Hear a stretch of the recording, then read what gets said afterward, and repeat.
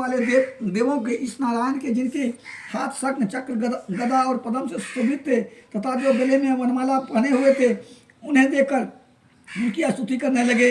नारद जी विष्णु जी से बोले, हे प्रभु, आप अत्यंत दुर्लभ शक्तियों से युक्त हैं, मन तथा वाणी भी आपको पाने में असमर्थ है।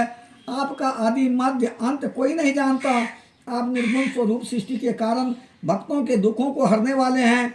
आपको मेरा नमस्कार है। नारद जी से इस प्रकार की स्तुति सुनकर भगवान लक्ष्मीपति विष्णु जी बोले, हे मुनि श्रेष्ठ, नारद जी, आपके मन में क्या है? आपका आगमन यहाँ किस कार्यवश हुआ है? निसंकोच को तब नारद जी ने कहा, हे प्रभु, मृत्यु लोक में सभी प्राणी जो अनेक योनियों में पैदा हुए हैं, अपने अपने कर्मों द्वारा अनेक प्रकार के दुखों से ग्रस्त दुखी हो रहे हैं। हे नाथ, यदि आप मुझ पर दया रखते हैं तो कृपा कर मुझे बताइए कि उन मनुष्यों के सभी दुख थोड़े से ही प्रयत्न में कैसे दूर हो सकते हैं। श्री विष्णु भगवान ने कहा, हे नारद, मनुष्यों के हित के लिए तुमने यह बहुत अच्छा प्रश्न किया है। जिस व्रत के करने से मनुष्य मोह के बंधन से छूट जाता है, वह व्रत मैं तुमसे कहता हूँ, सुनो। बहुत पुण्य देने वाला, स्वर्ग तथा मृत्यु लोक में दुर्लभ एक उत्तम व्रत है, जो आज मैं प्रेमवश तुमसे कहता हूँ।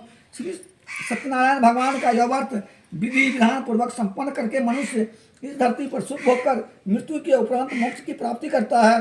श्री विष्णु भगवान के अमृत से ओत प्रोत वचन सुनकर नारद जी बोले, हे प्रभु, उस व्रत का क्या विधान है? उस व्रत का क्या फल है? इस व्रत को पूर्व समय में किस किसने किया है और किस दिन यह व्रत किया जाना चाहिए? कृपया इस व्रत की विधि और विधान मुझे विस्तार पूर्वक कहो, मुझे यह सब सुनने की तीव्र इच्छा है। श्री विष्णु भगवान बोले, हे नारद, सभी प्राणियों के दुखों सुखों को दूर करने वाला यह व्रत सभी स्थानों पर विजय करने वाला अमोघ अस्त्र है।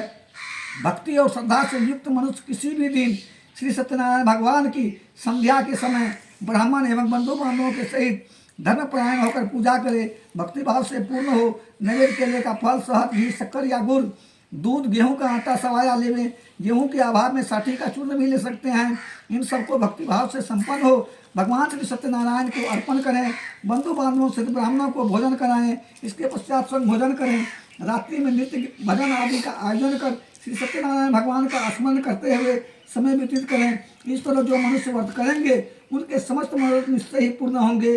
विशेष रूप से कलियुग में मृत्यु लोक में यही एक उपाय है जिससे अल्प समय और कम धन में महान पुण्य की प्राप्ति हो सकती है।